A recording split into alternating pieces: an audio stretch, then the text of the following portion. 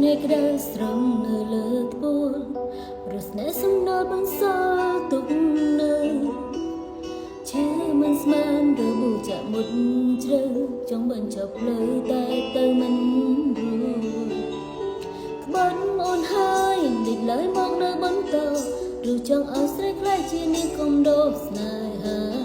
ធ្វើល្អគ្រប់ពេលបងទៀបអារម្មណ៍អូនយ៉ាងណាពេលដែលនេះត្រាឃើញបងមានថ្មីរិនតែក្បន់បងរត់តែស្និទ្ធក្រសបអបកាយលូចិត្តលូស្រីក្លិនជាប់ខ្លួនខុសប្លែកលើប្រាំងថ្លៃឲ្យបញ្ជានៃបងស្និទ្ធកាយគេបងបានហើយត្រង់ត្រូវបងគួរតែដឹង